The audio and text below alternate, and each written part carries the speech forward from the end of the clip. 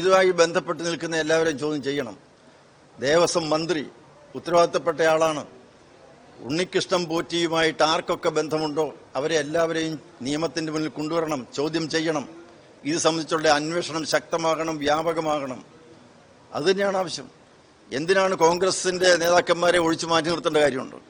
അടൂർ പ്രകാശിനെയും അതുപോലെ തന്നെ സോണിയാഗാന്ധിയിലേക്കും ഒക്കെ എത്തി നിൽക്കുന്ന ഈ ഒരു കേസ് അന്വേഷണം തീർച്ചയായിട്ടും അത് സമഗ്രമാകണം, അത് കൂടുതൽ വ്യാപകമാകണം.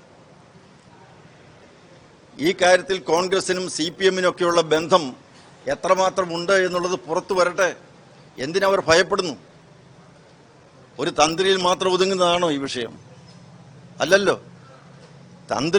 തന്ത്രിയാണോ ഇതിൽ ഒപ്പിട്ടിരിക്കുന്നത്? അല്ലല്ലോ. തന്ത്രി അറിഞ്ഞാണ് ഇത് ചെയ്തതെന്ന് എങ്ങനെ പറയാൻ പറ്റും?